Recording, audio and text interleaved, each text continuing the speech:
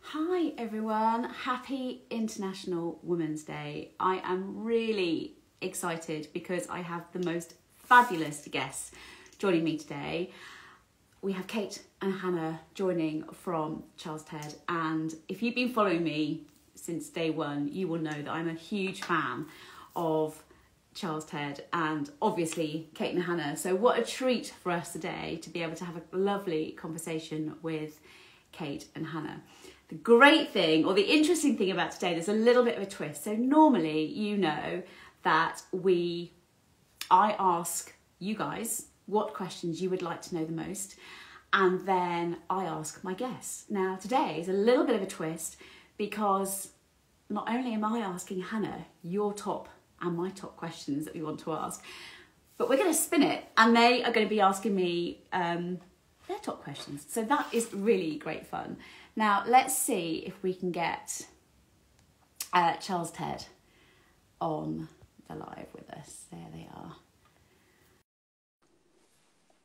So, hey to everyone joining. I hope you've got your cup of tea and your cup of coffee and you've got everything with you because I've left mine downstairs.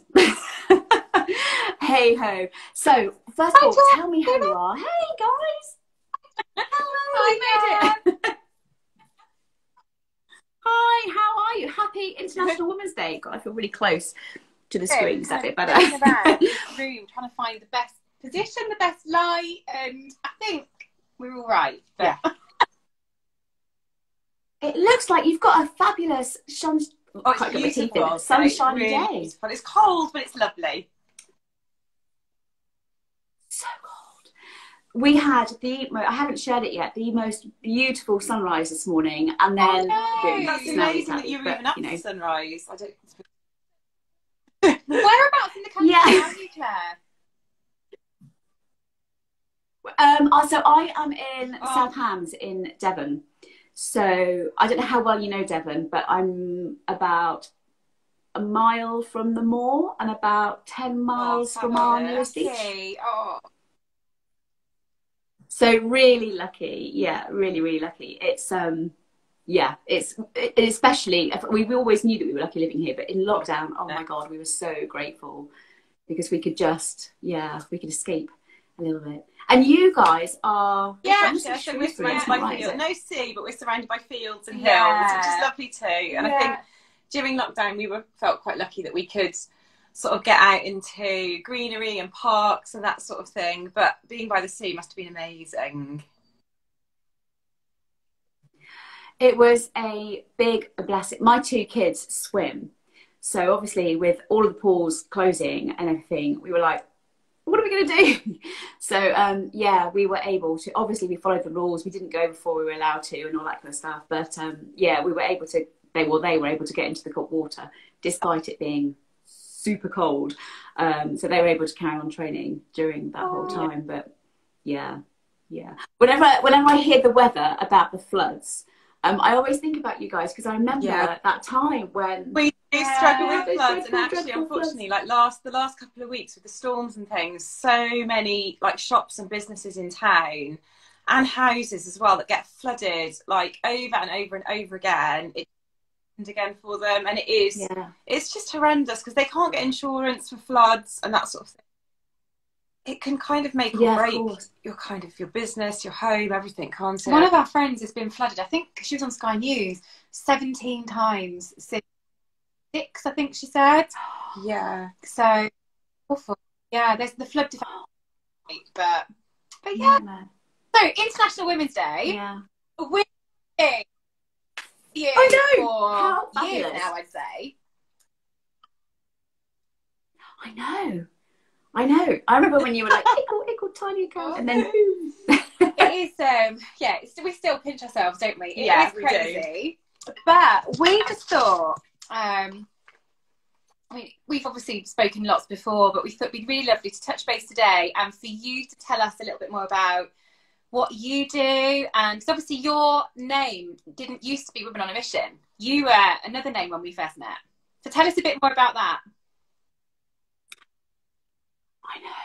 Actually, it's I've had two previous Instagram names, which is a bit weird. So initially, I set up my account. Actually, it was a fabulous woman called Michelle Knight. I don't know whether you've heard of her. She is incredible. And so I was working with her, and she was like, why have you not got Instagram? And I was like, what? What? So she literally, I sat in her sitting room, she set it all up for me. And then I kind of went, now what? And this is years ago. So this is when I had my my fitness camp business and my coaching business. And so initially my account was called Devon Fit Camp, because that was what my business was. So, you know, you do what, you know, what it says on the tin sort of thing. And then, really long story, a little bit shorter, I then, a year before lockdown, had to move away from the business because of the kids and everything that they were doing and their swimming. And in true essence, I almost burn out, really. I was just doing too many things, and I just needed to step back. So then I was like, I'm not Devon Fit Camp anymore. So what am I? Who knows? So I just put my name on there. And then as part of my coaching business, I was sharing missions every week, and I was sharing, you know, mini missions and big missions, so month-long missions. And then every Monday or Sunday evening, I share a mini mission, which is all about, you know, creating the lifestyle or the life that you want. So whether that be, I want to be a bit fitter, or I just need to get a bit more organized, or any of those things. So I thought, well, that was what my coaching business was called, Woman on a Mission. So I just thought, that's kind of still what I'm doing, really, in essence. So I just became Claire, Woman on a Mission, which sounds quite fierce. Oh, it's amazing. Honestly, it's like amazing. Woman on a Mission. Woman on a Mission today. Woman on a Mission. Yeah, well, yeah, it's quite good. I haven't thought about that. Challenges before now, and just like some of the most, you know, I always think of you. You know, when you say literally, just put your phone in a drawer for half an hour and just run and do, you know, housework, or, you know, tidy a drawer or whatever. So something as simple as that. Whenever I do that, I think, Claire does this. Yeah. Power of an hour. Yeah. And it doesn't even have to be a whole hour.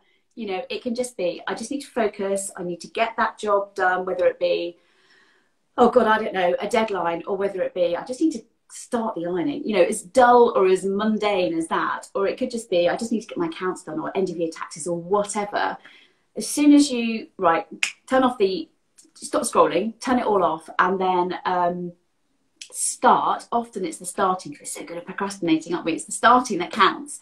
And then if you haven't got the distractions, and you've got the, you know, the intention and the determination, then half the battle, really. But my God, you guys must know about that. We definitely spend too much time scrolling. I think we had a rule in my house. I think it must have been just after lockdown, and a bit like you've said, I just said one day, do you know what? We all spend too much time. It's not just the kids on screens; it's actually us too. Like my husband work, we'd have dinner, and then we'd just look around, and I'd be like, oh my God, we're on our screens. It felt so hard to pull ourselves away from it, and even when I'm away, I have this feeling of like, oh, I just need to check my phone. So we had a period of time which we really need to go back to doing, is we used to say there's an hour between 7 and 8, there is no screens, apart from the TV, if we're watching it all together. Really hard with the kids just to say, right, you've got no screens, you've come home from school, you've had a long day. So we said, right, we can watch the TV. If that's something we all do together, brilliant. But what we can't do is sit on individual little screens for an hour, 7 and 8. And actually, it did us the world good. And I'd have to say to Kate, I'd be like, I can't answer you between 7 and 8 because I'm not going to check my phone. I think we launched a competition one time on a Sunday night, and I knew that between 7 and 8 you were just like not contactable at all. And then the next day, I was like, I was hiding in the cupboard messaging you. Yes, because we probably, you know, like I say, we are so guilty of being on our phones and having the excuse to say, oh, but it's our business and our phone. Oh God. And actually, that's just too easy to say, isn't it? And we all need guidelines, we all need boundaries, but it's just such it's like a devil in your life, really, isn't it? Well, this is what I found when I was running the fitness camp, was because it wasn't just my coaching clients, it was my fitness clients as well. And it was very much, you know, we had Facebook groups and we had, you know, so many different ways of people contacting you. And they were like, you don't have to answer now, but, and you were like, but I know that you've asked me a really important question. If I don't get back to you now, then when? And it's, yeah, there's that kind of pressure, isn't there? But then equally, if you're setting boundaries around, you know, what's good for you and your family, then really, I felt that well, personally, I needed to be, you know, singing from that same song sheet as well. But it's so hard. It's so hard. But not scrolling is, it's hard, you know. And it's also, you know, be having a conversation, you'd be like, oh, wait, let me just check the weather. Or let me just check, because we've got it here, you know, all the time, don't we? And yet, you know, what do we do that for them? So Claire, tell us, what do you, like day to day, tell us a bit about your day.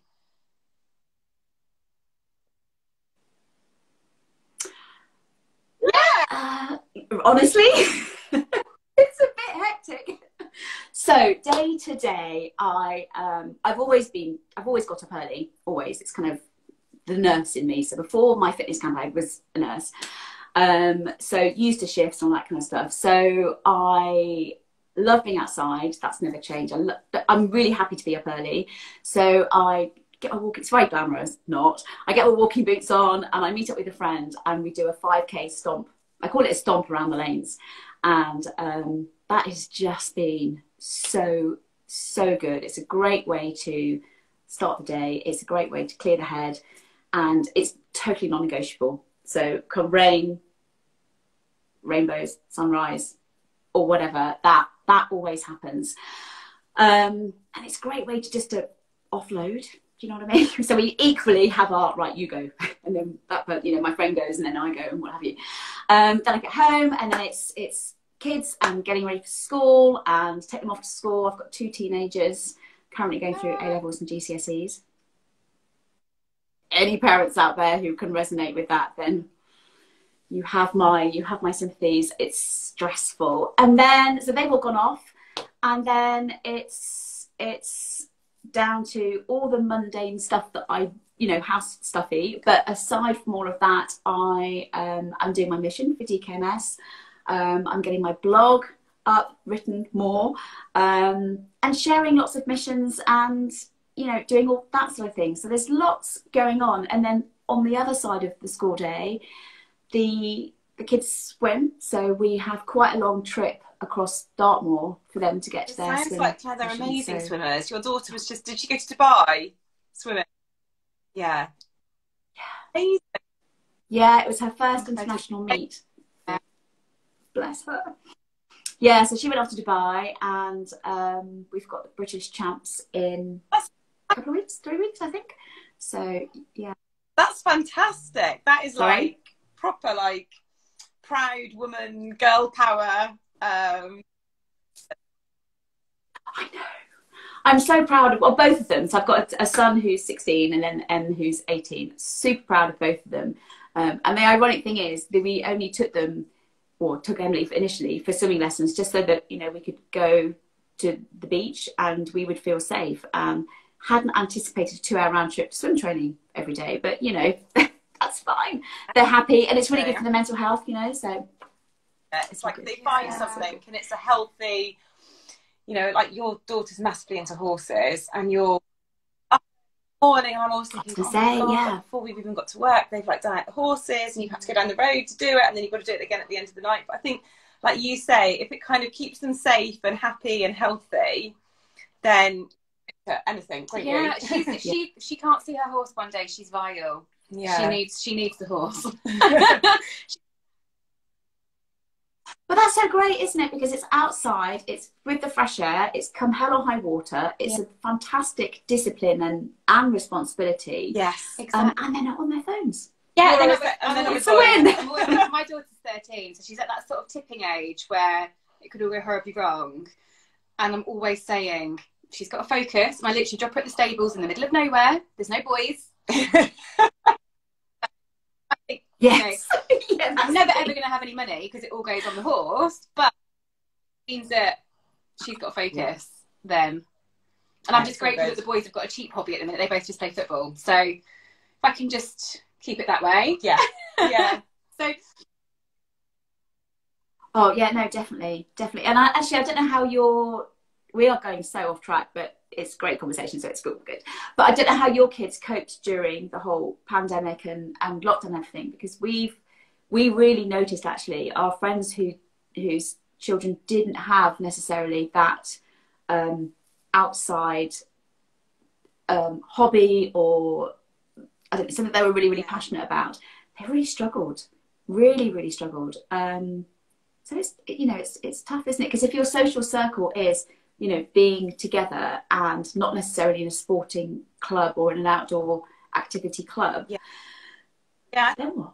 Actually, I felt quite lucky. Both mine are quite outdoorsy, so actually trying to keep them, I know everybody probably felt this, but trying to get them to do like schoolwork was really hard, because they had this freedom to say, right, well, we're going to go on our bike, we're going to go in the garden, we're going to do this. But I think, like you say, it must have been a real struggle.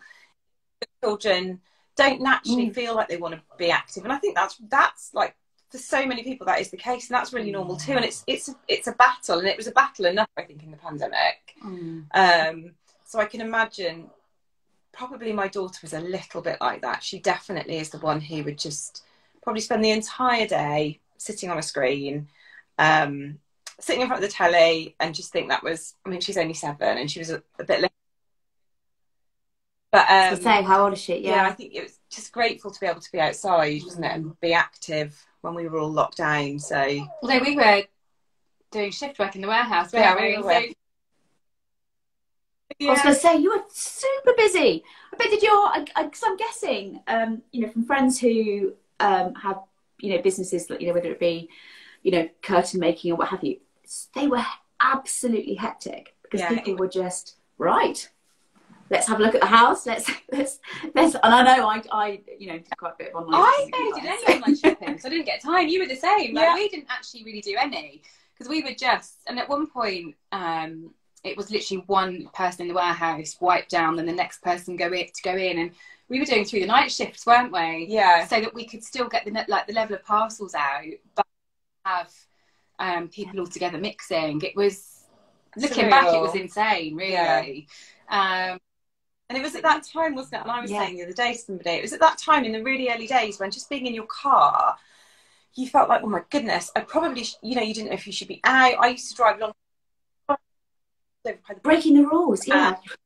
And you kind of forget in those really early days of the first lockdown, that's kind of what it felt like. And you're thinking in your head, do I need to explain myself? Absolutely. Do I need an excuse, like I'm going shopping for my mum or my dad? And actually, looking back, we were just going in the car to go to work, and it was sort of a necessity. But like you say, we were sort of starting at 5 in the morning and then shifting through the day. And we were, I mean, like most businesses, we weren't prepared for it at all. And kind of, let's just see how it goes. We'll just play it out as it goes. Yeah. But yeah. So you brushed over that really quickly, Claire, with your DKMS mission. Tell us a bit. That is a really fabulous mission that we've obviously spoken about and you've messaged about. So talk to us about your DKMS mission. My crazy mission. So I turned 50 3 weeks ago. And last year, well, actually, I became an ambassador for DKMS about 3-4 years ago. And because my background is cancer nursing before everything else and before kids and all of that. And I said to them, I really want to do a mission for you guys. And so we were talking about, what could we do? And then, of course, the pandemic happened. And it kind of ground to a halt because there were no events. You couldn't do any kind of big sobbing events or what have you. And then we came out of the mission and I was like, right, I'm going to do it. And why not? What better to celebrate the fact that I'm turning old, getting older. Because actually, although a lot of us go, oh God, really? Look at the, it's a privilege, it's a real privilege, especially with, everything that's going on in the world. So I just thought, 50, what could I do? I know I could raise maybe $5,000. And then I thought, it's a bit like a thermometer. So the thermometer in your house and you set it to 18, that's how warm your house gets, right? This is before price wars with all of that. Anyway, so your house becomes 18 degrees, whereas if you set your thermometer to 24, you get to 24 and then it stops. So I was thinking, well, it's kind of a coaching analogy I've always used. Why stop at that level? If you just set it to high, then, you know, the world is your oyster. You could achieve anything. So I thought, well, if I just set it to 5K, probably a bit more achievable than 50K, but God, dream big, dream big. So I've got this mission over the next year. So it started on the 1st of February. It will finish, my target should be achieved, hopefully, by the 1st of February next year. And the whole aim is to raise 50K in that year by doing crazy things. So this, oh, hey, Fred, it's my cat. Hi. Sorry. So so this month I am cycling virtually from the head office in London, DKMS head office in London, to the head office in Germany, which is 604 miles. So I'm doing it on a little bike. And I've got some fabulous people that are kind of like, oh, I'll do some miles with you. So that's really great. And there's a lovely lady called Lisa who is doing the same mission with me. So we're kind of tag team. So the idea is that we do a minimum of 10 miles each a day. So yeah, you've got lots of things going. How do they do it? So they can go to, thank you, that's really sweet of you, thank you. So they can go to my bio, and if they click onto the bio, then they can, yeah, they'll see it there. Or they can head to DKMS and it's all on there as well. But so yeah, that's what I'm doing. And so far we've raised £1,000. So just 49 to go. Back to International Women's Day. Which woman or women inspire you in life? Do you know, I was thinking it's such a tricky one, isn't it? Because I don't think it can be just one. I mean, you guys inspire me, and that's not a creepy thing at all, because you know, you have kept things going. You have kept, you know, the normal little person like me at home going, oh, that little corner of the room would look really great with, oh, there we go, CharlesTed have got that. So you inspire me by having, you know, your business and you've got your families and you show up every day. So without doubt, you're on my list. Oh, sorry. Don't cry. Please don't cry. But no, seriously. And that's not, I don't mean that as a real gushy thing to say. I just mean that as a, you know, in life, I think we just need sometimes a little bit of consistency and a little bit of reliability. And you know, without doubt, you guys show up. And I remember, Kate, you and I had the conversation about, you know, I remember you showing me the picture of your cellar and you were like, this is send wine. This is what I'm dealing with right now. And it's like, how?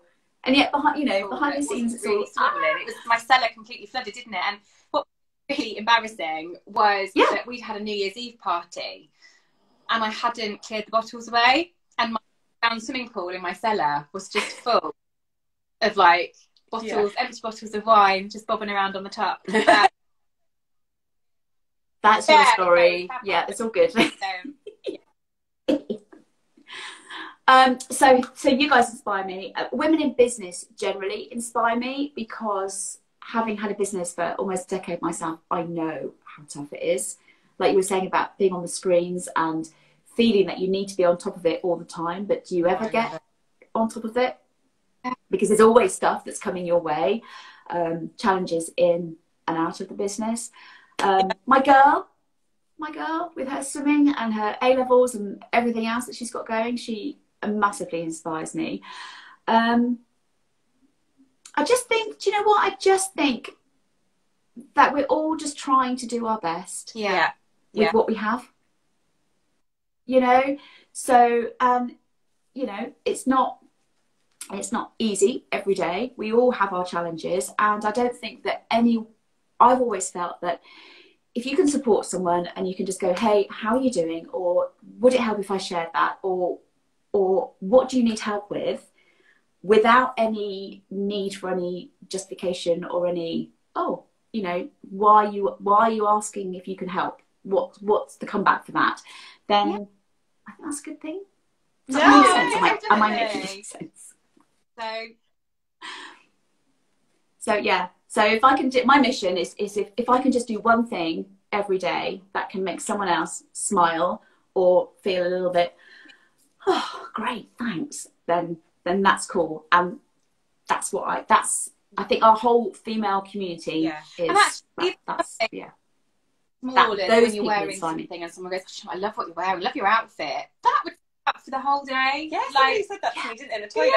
When Kate and I are places, they always go up to Kate and say, I love that. Oh my goodness, your hair looks amazing. And I'm always like going, oh, that's lovely. And we were somewhere the other day and somebody came up to me and said, yeah, I love your dress. And I was like, oh, it's me.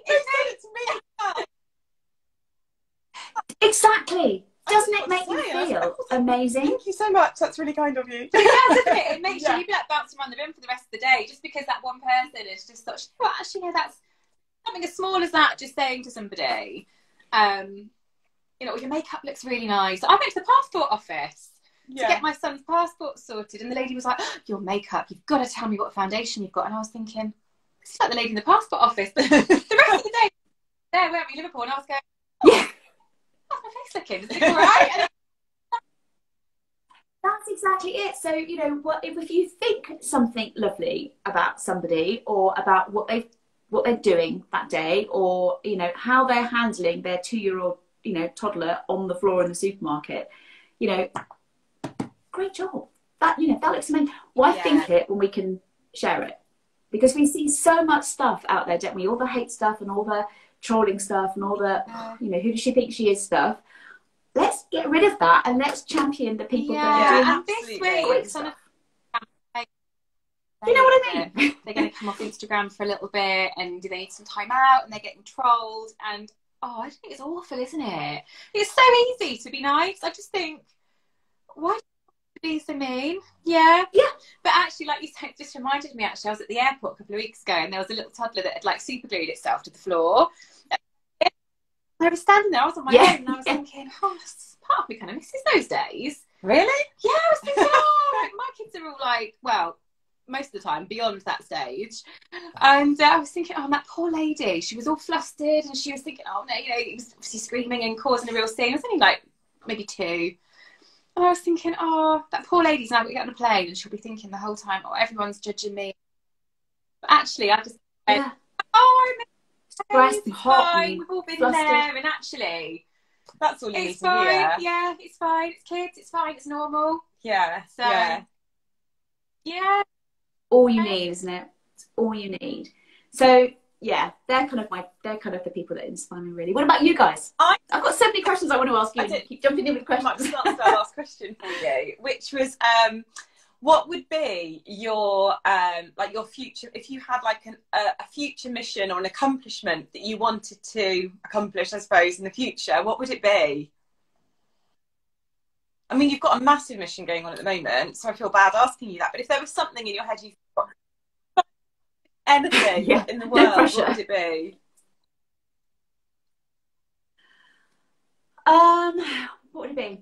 Well, obviously to complete the mission and for it to be a raging success. However, I did say when I first launched it, if I can just raise £500 and start the conversation, and if even just one person goes to do a swab to sign up onto the register, then that's pretty cool.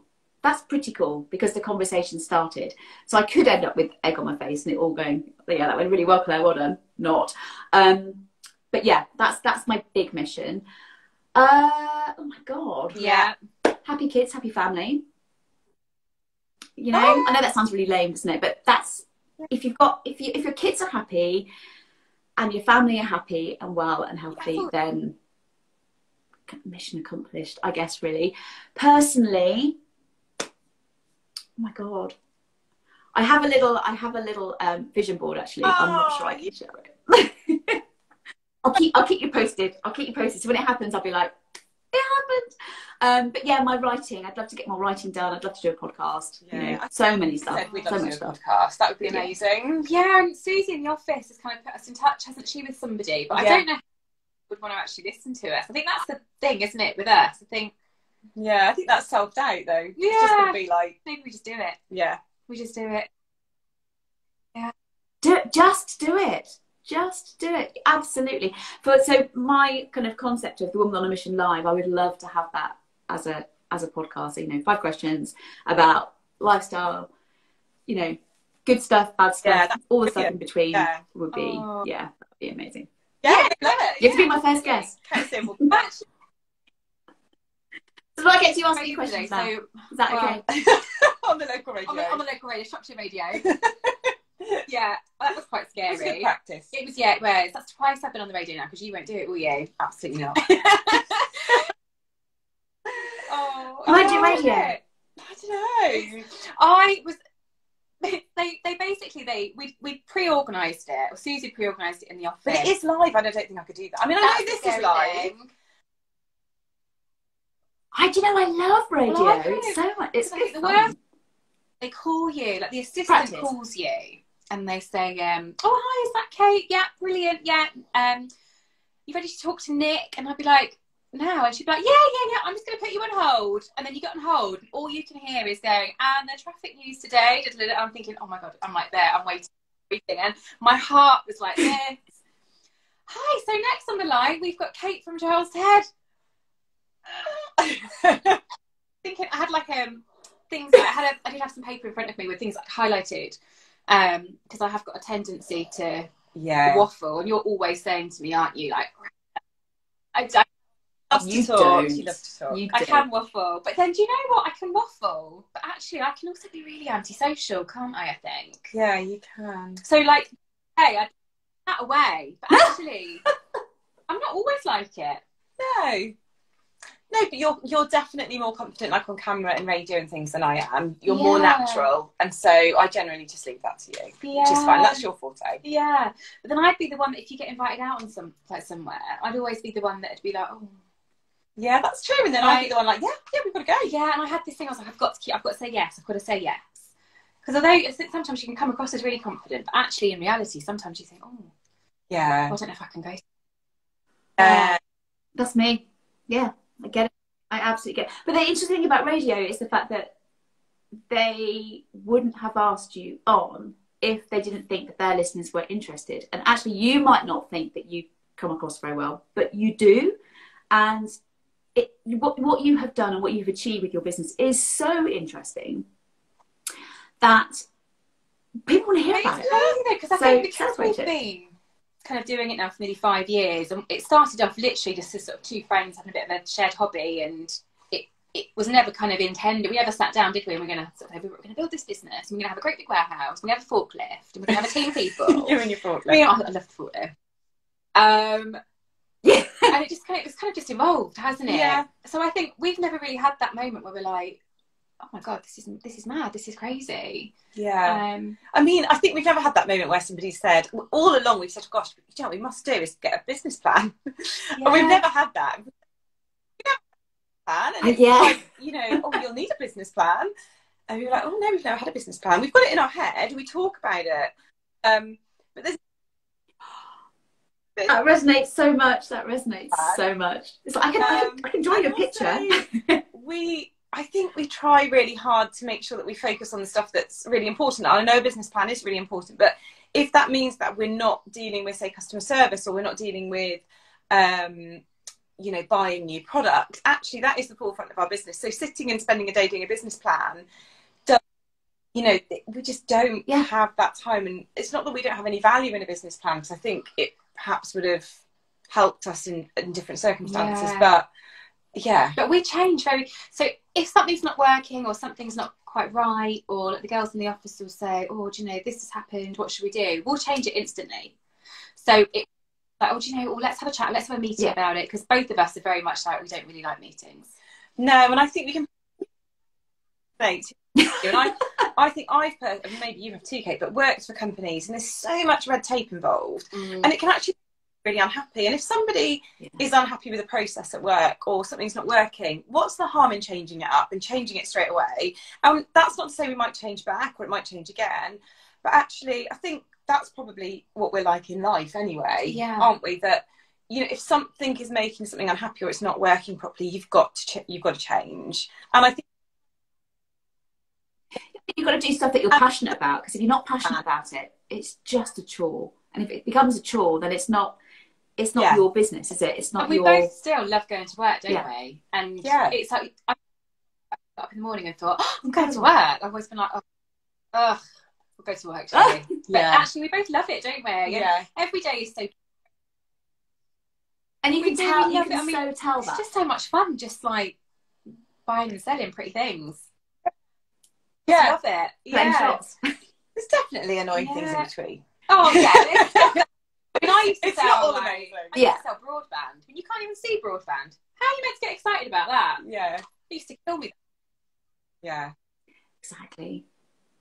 I read somewhere actually that if you can't get excited about what you're doing, how can you expect anybody else to get excited about it? And that's so true. That's so true. So tell me, how did you two first meet? Can you remember that day? I don't think the actual day. Okay, I'm Hannah. It was at the hospital. Yeah.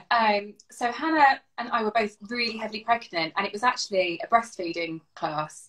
Yeah. And I'd really? I didn't know that. Like, you had Olivia. I'd got Liv. He was like dream baby, fed no problem at all. And I literally went for this class to make some friends. Because you'd just moved. I just moved to the area, and I thought, I'm doing a bit of networking and pretend that I don't know how to breastfeed.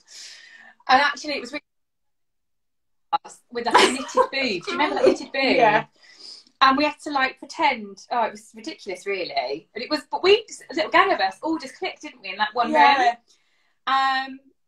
And to this day, like, we're all still really good friends. All of the kids, friends of me, our boys are the best of friends still.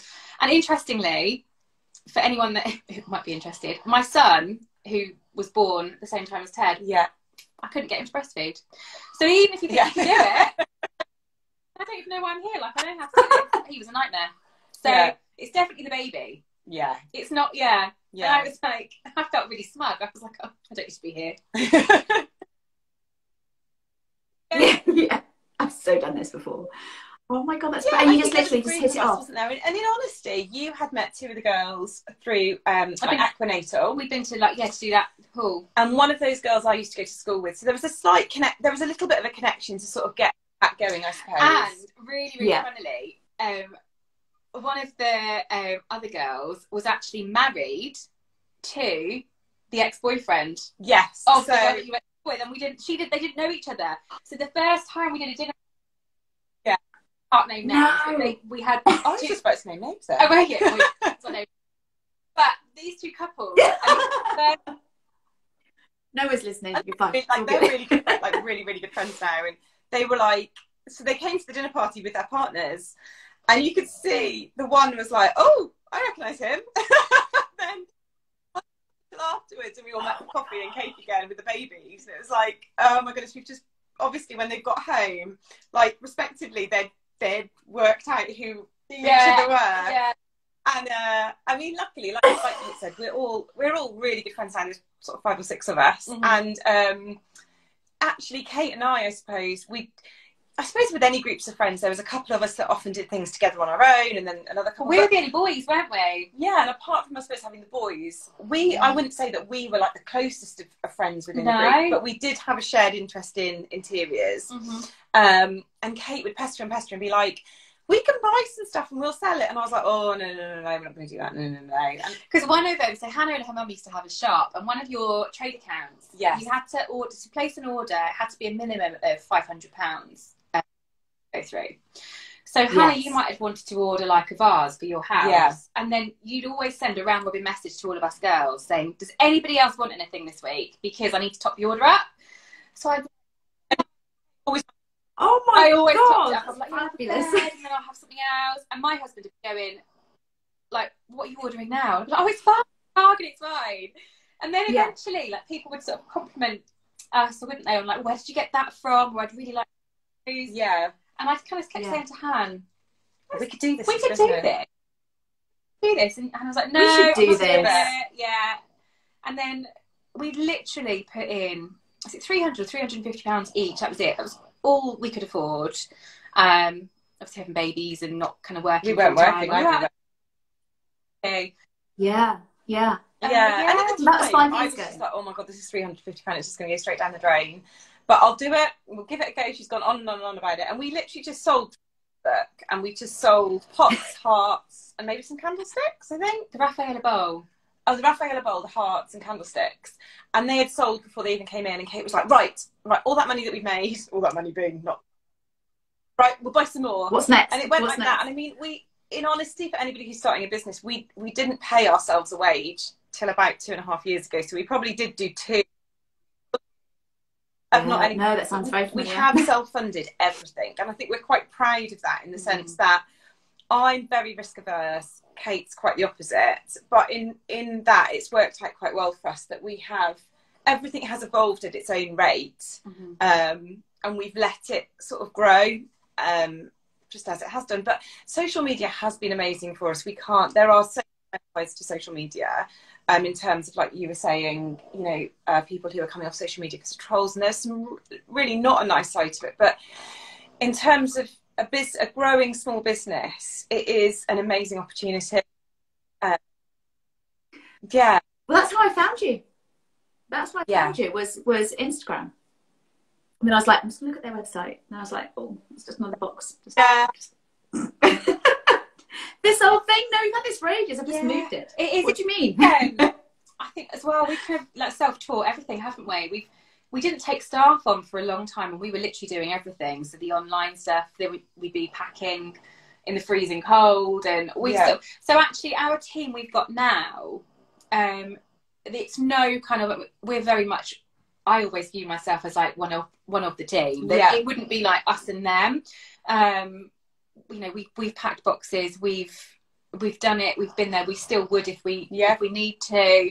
So I think that as well, and we've got a really lovely, loyal, fabulous team, and I think that probably goes a long way in that we are kind of off ground with those guys as well. Yeah.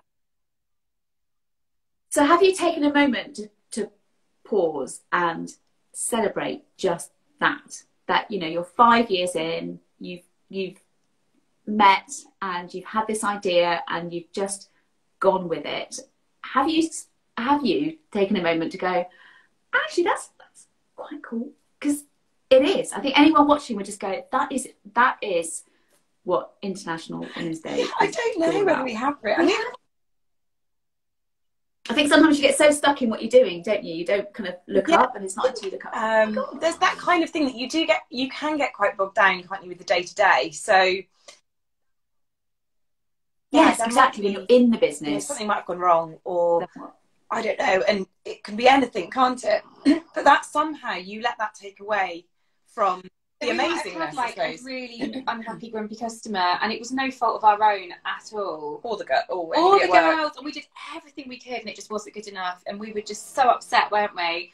And that night, we were both just messaging all night, going, "How are we going to put this right? What are we going to do?" And it was purely, you know, a delay that was completely out of our control. And there was just nothing we could do. And I just know that day, it was awful, wasn't it? That was awful. That was a bad day. It does. It has because obviously your business is very personable, isn't it? You're very, you know, you are the business, but you're also very much in the business. And I think that's what's so special about what you do, is because of that. Whereas when you go to like a major, you know, you're just a face and you're just a client, and it doesn't really matter. Whereas with you guys, I know I've had to, you know, exchange something because it was a bit too big, and totally our fault. And you were like, absolutely no problem at all, sorted. That was the picture. And so your sorry. Because I loved that picture, and I was like, oh, I wonder if it'd fit in my house. Yeah. I loved it. In fact, I kind of held on to it for a bit because I was like, I don't want to admit that it was just too heavy for the wall. So it's very obvious, well, certainly to me, and I'm sure all of your followers, which is why you have such an incredible loyal customer base, is the fact that you are very much, it matters to you. We are still very much aware of our customers and repeat customers, and recognise names coming across that we'd see the orders. And we've actually got one lady, and I did see her name pop up actually in here. She has just placed her 98th order with us. Yeah, which is amazing. Which is incredible. And every time her name pops up on the website, and I think, she's nearly 100. She's nearly 100. Amazing. So I don't know if she's still live. I can't see if she's actually watching us now. But if you are watching, there will be special. That's going to have to be a special occasion, that 100th order. Let us know what it is. Very quickly, tell us about, I wonder if this is the same thing, actually, I'm not going to guess, but your biggest wow moment so far. Was it just last week when you won the award? Wow. Last week was incredible, wasn't it? We, you might have seen already, but we met Theo Fetus last week. That was a wow. I know. That was incredible. So amazing. That was well done. That was a really fab day, wasn't it? Yeah. And just to be in the room with, you know, those amazing businesses and to get the recognition and listen to Theo, and Tuka Suleiman was there as well, actually, and he was speaking. And actually, although they're obviously incredibly successful and very, very wealthy businessmen, they were talking about when you do build a business and the problems you'll encounter and face, and we were all sat there going, oh yeah, that's us, or this is us, and they did a and I think it's relatable. like Tuka Solomon, he was, I mean, his story was amazing, and you kind of started listening to him and you're thinking, oh my god, like from this has come such success. But actually from that he sort of, I don't think he failed in any way, but he lost businesses, he had to build himself back up again, and he didn't come from a background where he had like loads of investment or anything like that. And it was amazing. It was an amazing talk to listen to just actually, this was a man who came from he came over from Cyprus, didn't he? And he was working in sort of selling clothing on markets, and he managed to build links with like factories making clothes, and from that he then set up his own business, and then he had made some money and he invested in another business, and that from that he lost both businesses by making that mistake, and he built himself up again. And it was actually, I think we went not really knowing what to expect from the day, but we came away just like, wow, it was actually really inspiring. And what I was going to say, did you come away just like, oh my god, I can't wait to get started. Finery London, the clothing company, and there was a lady in the audience, and he literally went, oh, can I just stop you 1 minute? You're wearing a finery dress, aren't you? And she said, yeah. She's like, I love it. He was like, still to this day, every dress that goes on the website passes him in the office. Yeah. And he's like, I know that's a finery dress. I've seen that dress. I know that dress. Yeah. That was amazing, actually, because it was like, and he's got the shirt company as well. I forget the name. Hawkins. Yeah. Hawkins. And he said, every shirt that we sell will come past me and I will see every shirt before I agree that it's okay to be sold. And I think you think, oh my goodness, like that is amazing. Yeah. And that is a man who's clearly still right in the midst of his businesses. Yeah. So yeah. It was brilliant. It was a really, really fab day. But that was a definite wow moment. Yeah. That wow moment. Yeah. And like I say, as equally as much as, and this, I don't mean this to sound gushy at all, but what I'm trying to say is that as impressed and inspired as you were with that day, there are businesses watching you who are setting up now and over the last how many months or years, inspired by what you do, and that's really cool. That's brilliant. Absolutely brilliant. Women on a Mission Day. It's not Women on a Mission Day. Oh my god, it's Women's International Day. Who inspires you the most? I think what we would say to any business is setting up is if you have got a passion and you've got an idea, run with it, but don't be fooled into thinking it's easy. It's a lot of work, a lot of sleepless nights, a lot of arguments with your husband over the fact that you're sat on your phone or the computer till silly o'clock in the morning. Compromise. But been there. I mean 5 years in, and we can sort of, it's fab, isn't it? But and we're off to Paris next week, which we missed the last couple of years because of so we're buying. Are you going to take us with you? I love it when you do your whole behind the scenes stuff and you're like, this is where we are at the train station. And I think the other thing about anybody who is listening who is perhaps wanting to start a business or is sort of growing a business, I would say kind of don't worry about starting small. Yeah. You know, and like with not, I mean, it is a large amount of money, £350, but in the grand scheme of businesses that perhaps set up with like huge investments and that sort of thing, it's not a lot of money. And I think if what you've got is to start small, but use things that are free to you, like social media. We've never had a massive marketing budget.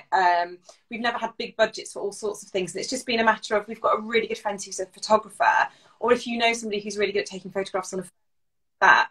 And I think don't be sort of fooled into taking on investment or getting money in for the glamorous side of things. I think, you know, that the real like nitty gritty of business can be done without you having to sort of throw cash at it and sort of get you into financial difficulty and that sort of thing. Teach yourself new skills as well that you never would have done.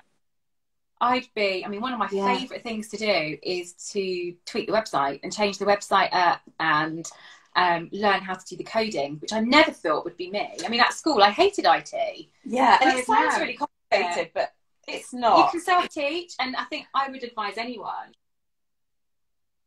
I'm so going to come to you to ask me about my website. It's like, by the way, I don't know, I'm quite ready for training. Well, no, but I would happily sit and, you know, Google how to do things. And it's the same with, you know, a lot of elements of the business, isn't it? We've self-taught ourselves how to do it. Yeah, and people say, you know, who designed your website? How much did you spend on your website? Nobody designed our website, honestly. We did our website ourselves. We started with a much simpler, and then we upgraded. I love it. Again, we didn't have a budget. I think we got quotes at one time, and people were quoting us something like £5,000 to £20,000. We didn't have it. I said, hey, you know, we need a platform that sells to people, and it needs to look nice, but the simpler the better.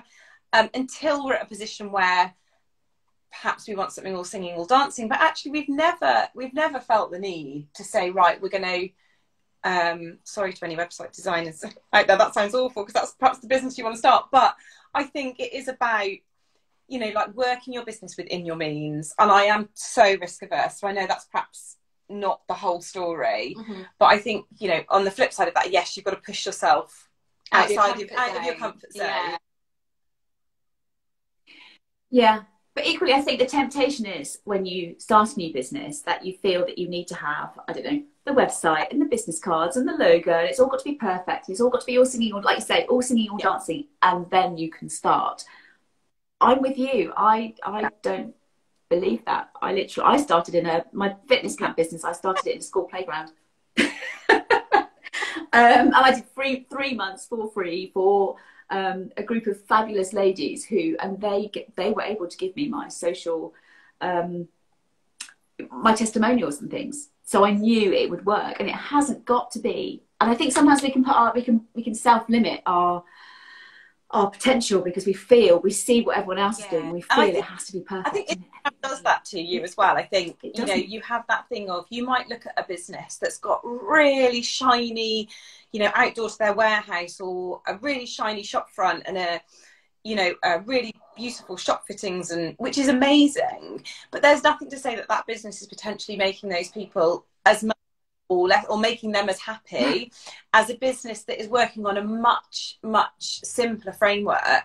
And the thing with things like Instagram is you get so drawn into that. You get so sold on the idea that it needs to be perfect. And actually, it's costly. Like, shiny and perfect is really, really expensive. But shiny and perfect to you might not be shiny and perfect to your client base. You know?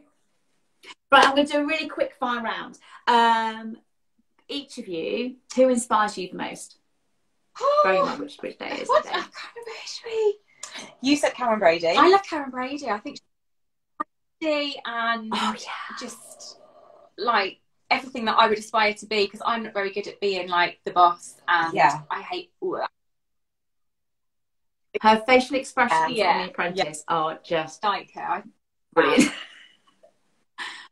I wasn't going to say this. I was thinking sort of bits outside the box, but I think I would probably say sort of real people.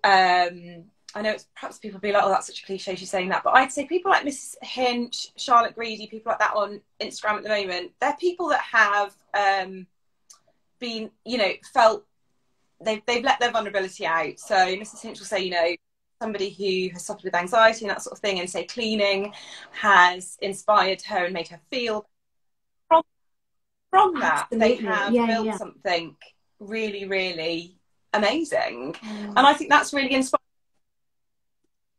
And help so many other people I think, like, at the same time. Katie Piper, you know, there's no scale on how bad something happens to somebody. So it could be somebody who suffers with really bad anxiety, or somebody who's had a really tragic event in their life. But I think it's really inspiring to meet people or see people who turn that into something really, really positive, whether that be in life or for the good of everybody else. Yeah. So yeah. 1,000%. I think Instagram cut us off after an hour. Is that right? I think so. I'm slightly concerned that we're just going to go.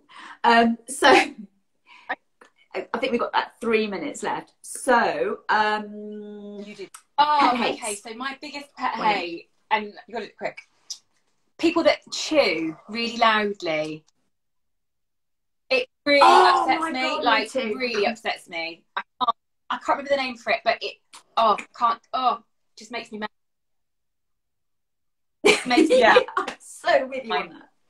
I don't know if I've got any pet hates. Move on to the next one, Claire, because I haven't thought about that one. Okay, pet love. What's the thing that you just like, oh God, yes, I champion that. I don't know if you can see him. My little pug. My little pug. Oh, he is my... Oh! He's just fallen asleep, actually, in a load of new cushions that we were meant to be photographing, so I might have to keep them here. That'd be for your house. He's just been snoring down by my feet the whole time. He sleeps with me every day. Anna, what about you? What's your big pet love? Your big, yes. I don't know, this is a bit of a cliche again, probably kindness. Like, just people being kind. You can't say that, and I've said my pug. That makes me sound... Yeah, you can. When I say to my children, I don't mind if you don't get A stars or you don't like achieve or do whatever, but please just be kind. Just be nice, yeah. Cliche, but kindness is definitely nice. Yeah. So, Kate, what is Hannah's most endearing quality? She couldn't think of anything. What was it I said? No, amazing. I said to Hannah is a really, really loyal friend. To the point where she literally has about 1 million godchildren. I haven't got any. So godmother. I haven't been chosen, so I think she's probably a better friend than I am. I tried. You tried, yeah. I tried. So that would be Hannah's quality. And Hannah, about Kate, what's Kate's most endearing quality? Kate puts everything in perspective. So when I'm panicking, I'm worrying. Kate is really good at saying, look, it's not the end of the world. It's just a pot. It's a vase. It's, it's just money, which she's really good. But she's really, really good at putting things into perspective. And that would be your most endearing quality. Definitely. I'm like a swan on the surface. I'm like, yeah, don't worry. It's fine. I say to girls in customer service, the guys, don't stress. It's a vase. It's a vase. Or it's a lamp. It's not the end of the world. Do not worry about it. But actually, like, look at this. Very easy to get caught up in it, isn't it? But actually, when you can look at a scenario without the emotion that's involved in it, you can so understand it much more clearer. Yeah. Oh my God, this has been... I could talk to you guys for hours. Maybe we'll just have to go and get a cup of coffee and we'll have to sign off my Instagram and carry on. Thank you. Thank you. It's been an absolute pleasure. Thank you so much. I'm just really conscious that it's going to go... I will save this, and then whoever wants to, revisit at any point and watch it again. But what a privilege to spend a lovely hour with you on International Women's Day. It's been absolutely fabulous. Enjoy the rest of the afternoon. Yeah. And you. And we'll speak very soon. We'll speak You're really welcome. soon. Thank Thank you you, so much. Take care. Bye.